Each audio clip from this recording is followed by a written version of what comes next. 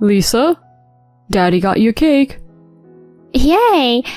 Thanks, Daddy. Can I see it? Today is our 4-year-old daughter's birthday. Even my often swamped husband made it home early. So we're having a birthday celebration as a family. But as Lisa excitedly opened the box, she burst into tears. The next moment, she suddenly starts crying. This isn't for me. What? I take a closer look at the tasty strawberry cake, especially the chocolate flake on top. To my surprise, another girl's name is on it. What happened here? I shot Brian a puzzled look, but he's visibly thrown off. My name is Erin, a 33-year-old working mom. I work at City Hall. I've always been in a hectic department and have been a diligent worker. Before I realized I was in my late 20s without a boyfriend. That's when I decided to sign up with a matchmaking agency. There, I met Brian, who later became my husband. Brian is a corporate guy at a big company. From our first interaction, he was sweet to me, and he was a true gentleman on our dates. I quickly fell head over heels for him. Soon after, we started dating, and a year later, we got engaged. Both our families were thrilled for us, and we had our wedding and got our marriage certificate. That evening, he said to me, Erin, let's start a happy family together. Yeah, I love that. How many kids are you thinking? Whoa, jumping the gun there. But definitely 2. I want a household filled with laughter. Sounds like a plan. About 6 months into our marriage, I discovered I was pregnant. He was ecstatic and stood by me throughout the pregnancy. Eventually, I gave birth to our first daughter, Lisa. Both our families were over the moon about Lisa. In that moment, I felt on top of the world. Both our folks live quite a distance from us, so we decided to raise Lisa by ourselves. I took maternity leave, but he couldn't because of his job. But this proved to be tougher than we anticipated. Lisa would often cry at night and was pretty demanding. She'd calm down when held, but would wail the second she was set down. I ended up cradling her nearly non-stop. While my husband started off helping with our baby, he slowly backed off. He even got to where he'd say, She's too noisy. Can you get her to stop? Babies cry. I'm doing my best here, I replied as I comforted Lisa, but he remained upset. I have work in the morning. I need some sleep. I haven't slept properly in days. Can you pitch in every now and then? Why? I'm working all day. But she's our daughter. He didn't let me finish, just sighed loudly and left the room.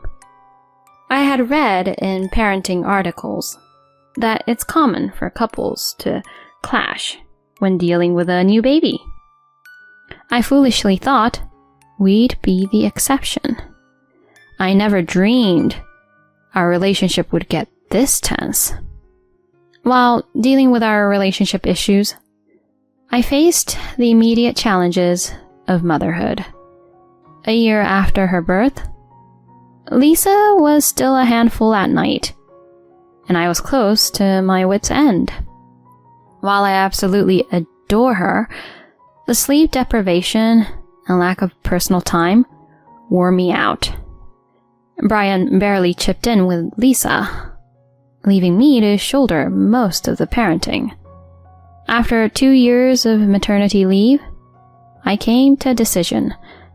I think I'll head to my parents for a bit with Lisa, I told Brian. My mom had recently retired and was available. And rather than her traveling to us, I thought I'd take Lisa and stay with my parents for a few months. He looked almost relieved when I told him. That's a great idea. If your mom's willing to help, that's a weight off. Go ahead, he said, without any hint of missing either Lisa or me. Yeah, I'll keep you posted about her through emails. You'll be by yourself. Are you good with that? I lived on my own for a while, so I'll be okay. Just go and enjoy your time with your folks. Thanks. With that, I chose to head back to my parents' place for 3 months with my 1-year-old daughter. Honestly, staying at my parents' was pretty relaxing. With them helping out, I could catch up on sleep and even have some me time. It felt so good to finally sip tea at a coffee shop after what felt like forever. Lisa began to smile more, and her nighttime crying gradually decreased. This was a much-needed break for me. While at my parents', I often sent Brian pictures of Lisa. He didn't always respond, but when he did, he'd mention how adorable she looked, which comforted me. After the 3-month stay, I felt refreshed and more confident in taking care of Lisa. I couldn't wait to see Brian. With that excitement, I headed home. As I had hoped, Brian welcomed us with a smile, saying, "Good to have you back." He seemed more rested too. Over dinner, we discussed how Lisa had been doing over the past few months. Then something stood out to me. "Where's your wedding ring?" He'd always worn the band we got when we married, but now it was gone. "Well, the thing is, I lost it," he confessed, looking uneasy. I replied, taken aback. "Really? Should we get you a new one?" "No, we'll have childcare expenses. We're still married, ring or no ring. Is that okay?" "Yeah, I suppose. These things happen." After that, he never wore his wedding ring again. Around the time I got back from my parents, he began claiming work had ramped up, and he was seldom home. He put in extra hours almost every weekday, and often went out on weekends for work. He didn't pitch in with housework or childcare, leaving all of it to me. Yet through all the chaos, I never questioned him. Time sped up, and soon Lisa was nearing her 4th birthday. She can now recognize the alphabet and has become quite the talkative and bubbly kid. I reminded my perpetually occupied husband, "Don't forget, Lisa's birthday, and remember to pick up the cake." He somewhat reluctantly agreed. The day of Lisa's 4th birthday came around. To my astonishment, Brian made it home early, cake in tow. I whipped up a special meal, and we celebrated together. After eating, it was cake time. "Lisa, Daddy got you a cake." "Yay! Thanks, Daddy. Can I see it?" But as Lisa excitedly opened the box, she burst into tears. "This isn't for me." "What?" I glanced at the cake, taken aback. The gorgeous strawberry cake had a chocolate label stating, "Happy birthday, Sarah." What happened here? I shot Brian a puzzled look, but he's visibly thrown off. Oh, maybe the bakery messed up? Yeah, that must be it. Excuse me? They looked swamped. They might have mixed up orders. I'm sorry, Lisa. They messed up your name. Is that what happened? Yeah, I'll talk to them later. Let's eat for now, alright? He tried to explain, but something felt off. A nagging doubt crossed my mind, but he wouldn't. Despite my internal conflict, I served the cake and continued the festivities. Days rolled on, and I couldn't shake that feeling. I prayed. I was overthinking. But I needed to know for sure. So I reached out to a well-known detective agency nearby and used my old savings to have them look into Brian. 3 weeks later, the detective agency called me in, and I found myself at a coffee shop. I opened the envelope they handed me, and my worst fears, which I'd somehow known deep down, were confirmed. So, this is it. Brian, I'll never forgive you. My hand, holding the envelope tight, shook with anger. A week later, I left Lisa with a close friend and asked Brian to join me in a private dining room. The excuse was to celebrate our wedding anniversary. Actually, it really was our anniversary.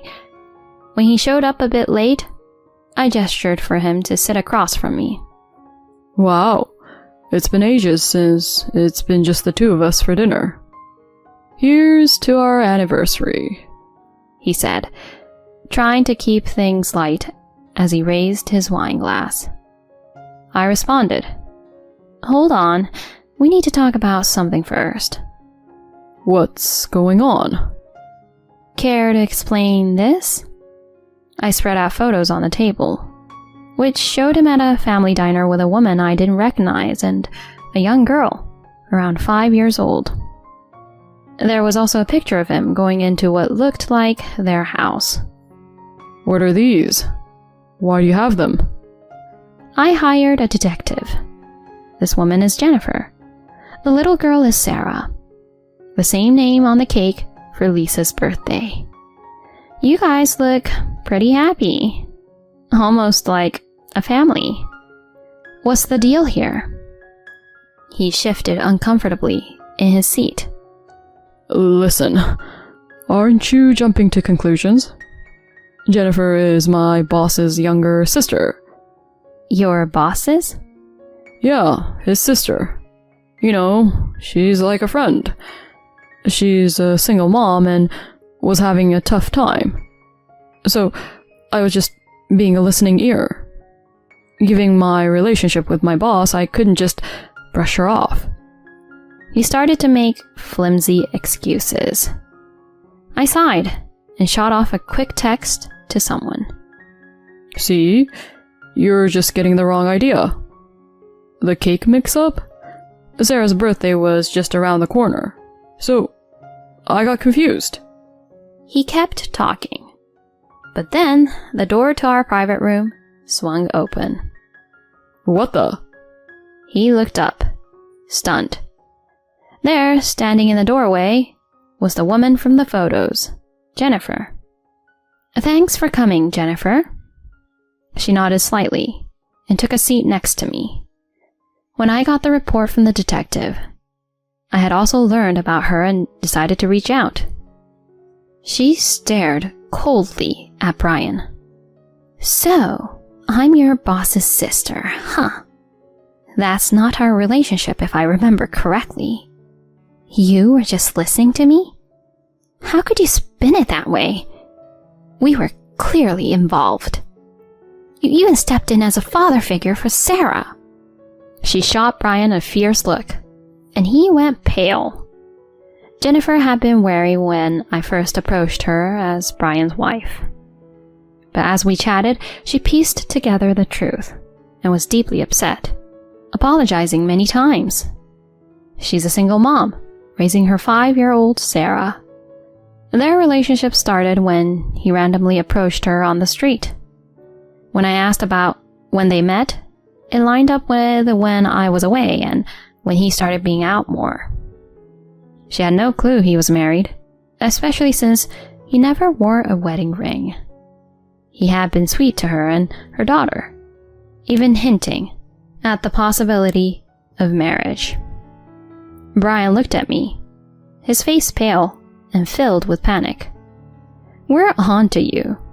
Just come clean already." After a beat, he hesitated, then began to talk. He confessed that he felt overlooked as I was so focused on our daughter Lisa. During a trip I took to my hometown, he had met a gorgeous woman named Jennifer, thinking it'll just be a brief fling. But he'd unintentionally fallen hard for her. Still, he had no plans to leave me and hoped to carry on with his double life. I whispered sharply, "Did you really think you could pull that off?" My words clearly unnerved him. Jennifer jumped in. "Brian, how could you lie to both of us? I could take you to court for pretending to marry me." "Take me to court?" he blurted out, looking alarmed. She went on. "Plus, you lied about where you work. You're at XX Company, aren't you?" "Well, I mean..." "You're familiar with Garrett Enterprises, right? Paul Garrett runs it." "Huh?" He looked totally lost. "Yeah, we do business with them. What's that got to do with anything?" "Did you forget my last name? The guy heading Garrett Enterprises? That's my dad." Turns out he had inadvertently started a relationship with the daughter of a key business associate. "I had no clue. There are plenty of Garretts out there. How was I supposed to know?" he muttered. But she wasn't done. "My dad's really close to both me and Sarah. When I filled him in on your antics, he was mad. Hope you're ready for what's coming at work." He was dumbstruck. In desperation, he turned to me. "Aaron, you wouldn't leave me, would you? I'm Lisa's dad. You're doing well at your job, so you could help me out for a bit. We can still make a go for it, the three of us." Annoyed, I splashed my water in his face. "Seriously? We're done. I'll be expecting compensation for your cheating, half of what we own, and child support. Time to pay up and say you're sorry, you jerk." He looked down, whispering, "I'm really sorry." In the end, Brian and I split. Just like I said, I demanded he pay for cheating, half of everything we owned, and child support. I took half of our shared apartment and our savings, and he agreed to pay $70,000 for the affair. He also committed to monthly child support payments. Jennifer's influence got him fired. And to make matters worse for him, she also demanded payment, which wiped out his savings. Jobless, without his family, he moved into a rundown apartment and hunted for work. When he did land a job, it only paid about half his previous salary. And given his child support obligations, life was hard. But I had zero pity for him. He brought all this on himself and deserved what he got. Meanwhile, Lisa and I were doing well, and Jennifer became kind of a friend. We sometimes catch up over tea with our kids. I'm excited about what the future holds and watching Lisa grow up.